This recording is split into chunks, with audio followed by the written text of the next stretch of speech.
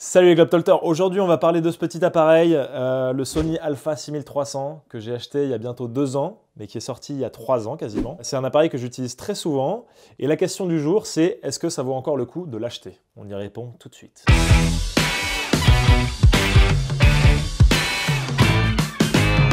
Donc, le Sony Alpha 6300, je crois que c'est l'avant-premier produit de la gamme des APS-C Sony. C'est-à-dire qu'après ça, il y a le 6500 qui est sorti, et là, il va y avoir le 6400 qui va sortir dans quelques semaines. Donc ça me paraissait intéressant de parler du 6300, justement pour savoir, bah voilà, est-ce que ça vaut le coup, malgré le fait qu'il y ait eu 2 successeurs.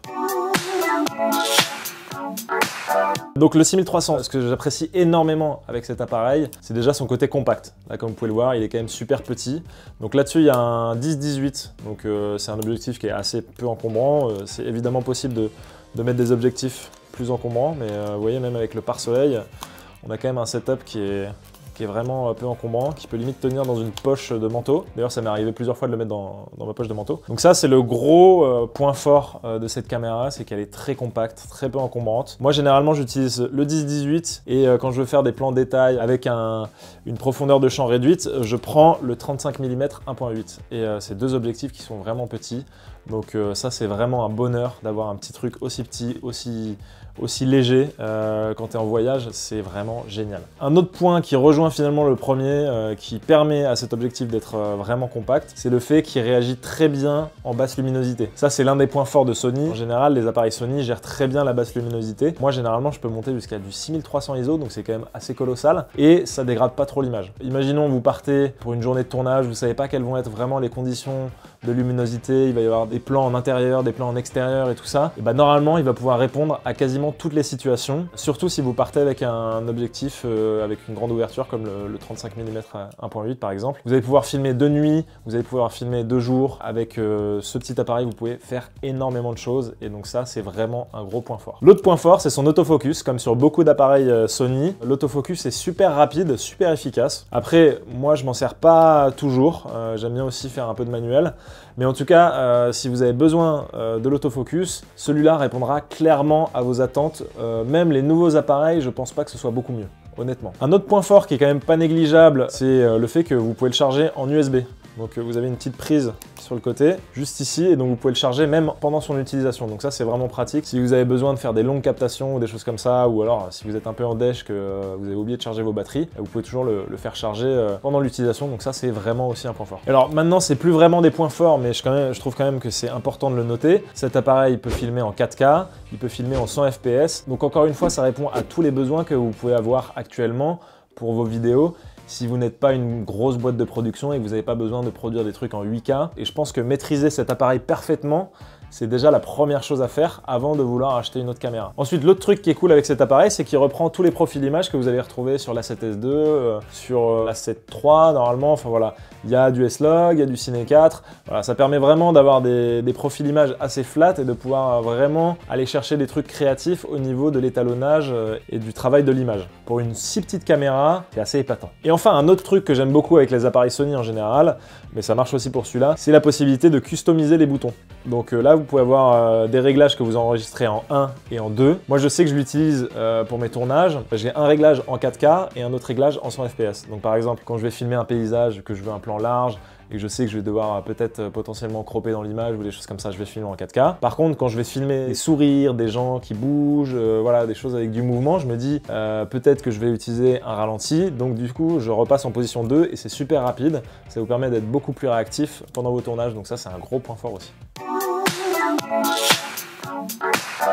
C'est que mon avis, hein, ça se trouve, il y a d'autres gens qui trouveront d'autres points faibles, mais en tout cas, moi, dans mon utilisation, le premier point faible que j'ai trouvé, qui encore n'est pas si important, c'est l'incapacité de retourner l'écran. Vous voyez, on peut l'incliner vers le bas ou vers le haut, mais pour se filmer en face caméra, c'est pas possible, donc vous filmez à l'aveugle. Certains diront que ça a pour avantage de ne pas regarder l'écran et de bien regarder l'objectif. Donc ça, c'est vrai que c'est gênant quand on voit qu'il y a un regard qui part à gauche ou à droite quand quelqu'un est censé regarder la caméra. Mais moi, je trouve quand même ça plutôt pratique d'avoir un écran pour faire sa composition et après de regarder l'objectif. C'est un truc qui peut être corrigé et qui, a priori, est corrigé sur le 6400, même si apparemment, il est... donc il se flippe vers le haut comme ça, et donc du coup, c'est pas possible de mettre un micro et de retourner l'écran en même temps, mais bon, ça j'en parlerai dans une prochaine vidéo quand j'aurai pu tester le 6400. L'autre point faible, mais qui est assez généralisé sur l'ensemble des appareils Sony, c'est la durée de vie des batteries. Elle est vraiment faible. Moi j'utilisais un Canon, un 600D, mes tout débuts, et je dois dire que j'ai été vraiment choqué par la différence de durée de vie des batteries. Ça c'est assez exceptionnel. C'est sûrement lié au fait que c'est un miroir, enfin sans miroir. Je pense que tu utilises beaucoup plus le rétroéclairage de l'écran ou du viseur, et donc forcément je pense que ça utilise plus de batterie. Et puis aussi sur mon 600D je pouvais pas faire de 4K, enfin voilà. À mon avis il y a plusieurs facteurs qui expliquent ça. Je pense que c'est aussi parce que les performances sont meilleures, donc forcément ça utilise plus de batterie. Mais en tout cas c'est un problème qui est assez facile à régler. Il suffit d'avoir 2-3 batteries en stock et de toutes bien les charger avant la journée, et voilà. Tiens, j'ai un appel. Excusez-moi, je réponds à cet appel et je reprends la vidéo tout de suite. Ok, ça roule. Bon bah ciao Albert. À demain. Ouais. Bye. Bon, désolé pour ce petit intermède, durée de vie des batteries assez limitée, mais honnêtement c'est un problème qu'on peut pallier assez rapidement en achetant 2 ou 3 batteries, et puis en plus vu qu'il y a le chargement USB, imaginons tu l'utilises toute la matinée, bah, tu le mets à charger pendant ta pause déj ou un truc comme ça, et donc voilà. Bon, en tout cas je me suis jamais retrouvé dans la situation où j'avais vraiment plus de batterie, il y a quand même des solutions. Et enfin le dernier point qui peut être un peu gênant, c'est le fait d'avoir une visibilité assez réduite lorsqu'il fait jour et qu'il y a beaucoup de lumière. C'est assez compliqué de voir si c'est bien exposé et tout ça à travers l'écran, donc il faut penser à mettre ses zébras et tout ça. Pareil pour la mise au point, on peut avoir besoin de regarder dans le viseur pour mieux voir justement s'il y a beaucoup de lumière ambiante, notamment de plein jour. Donc voilà, ça c'est les 3 points faibles, mais qui honnêtement sont pas des éléments bloquants pour l'achat. Moi je suis vraiment super content d'avoir investi dans cette caméra. Je l'ai achetée il y a 2 ans, elle m'a coûté genre peut-être 1000 €. Aujourd'hui je crois que ça vaut 700 €, donc c'est vraiment pas cher honnêtement. Et si on compare, moi j'avais regardé les prix, le 6300, alors d'occasion, sur Le Bon Coin j'en ai trouvé un à 600 €. Et sur Amazon, c'est 730 €. Donc honnêtement, c'est un prix qui est super intéressant pour l'achat.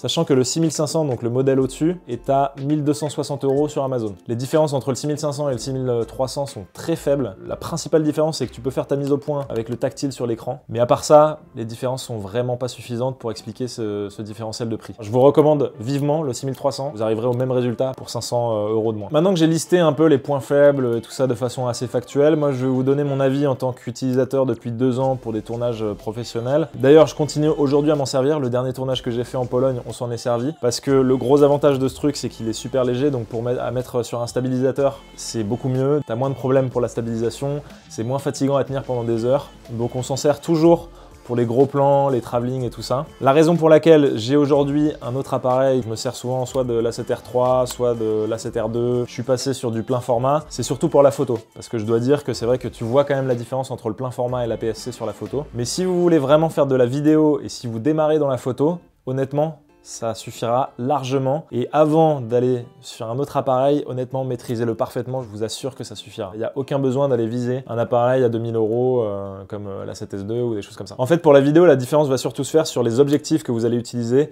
et non pas sur le boîtier, parce que c'est vraiment les objectifs qui vont donner une profondeur de champ réduite et un piqué à votre image, même si évidemment le fait d'avoir un plein format et d'avoir voilà, un plus grand capteur donne une meilleure qualité d'image. Ça, je ne le conteste pas. Mais sur de la vidéo, de toute façon, vu que vous allez probablement l'upload...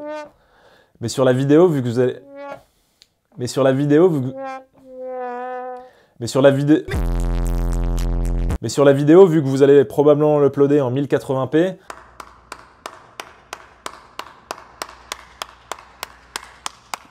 De toute façon, c'est capé au niveau de l'upload, donc ça sert à rien de filmer en 8K, en 25K. Et de toute façon, moi, je veux pas encourager cette course à l'armement, même si ça participe à l'amélioration des produits. Le fait d'acheter tous les ans, tous les 2 ans, un nouvel appareil, d'encourager à plus de consommation et tout ça, c'est pas quelque chose que j'ai envie d'encourager. Il faut vraiment, à mon avis, que nous, créateurs, on se reconcentre sur l'histoire qu'on va raconter et comment on va la raconter, plutôt que d'avoir la caméra dernier cri et tout ça, même si évidemment, parfois, c'est utile d'avoir du matériel, je le conteste pas. Mais je pense que c'est possible de faire de très beaux films et de raconter de très belles histoires avec cette caméra. Pour conclure, si vous démarrez dans la vidéo ou la photo, cette caméra est encore valable en 2019, elle le sera sûrement en 2020 et même en 2021. Moi, je continuerai à l'utiliser en 2019 pour mes projets pro. Si vous êtes à mi-chemin entre le début et le professionnel, ça vaut encore le coup, ça c'est clair et net. Et même si vous êtes complètement pro, je pense que cette caméra peut vous dépanner dans plein de situations quand vous avez besoin d'une petite caméra peu encombrante, quand vous avez besoin de quelque chose qui filme en basse luminosité mais que vous n'avez pas envie de vous trimballer avec un gros objectif, quand vous avez un petit stabilisateur. La seule situation dans laquelle je recommande pas cette caméra, c'est si vous comptez vraiment faire beaucoup de photos. Effectivement, c'est vrai qu'avoir un plein format vaut vraiment le coup pour de la photo. Mais pour de la vidéo, honnêtement, je pense que cette caméra est vraiment top. Voilà, j'espère que ça vous aura utile.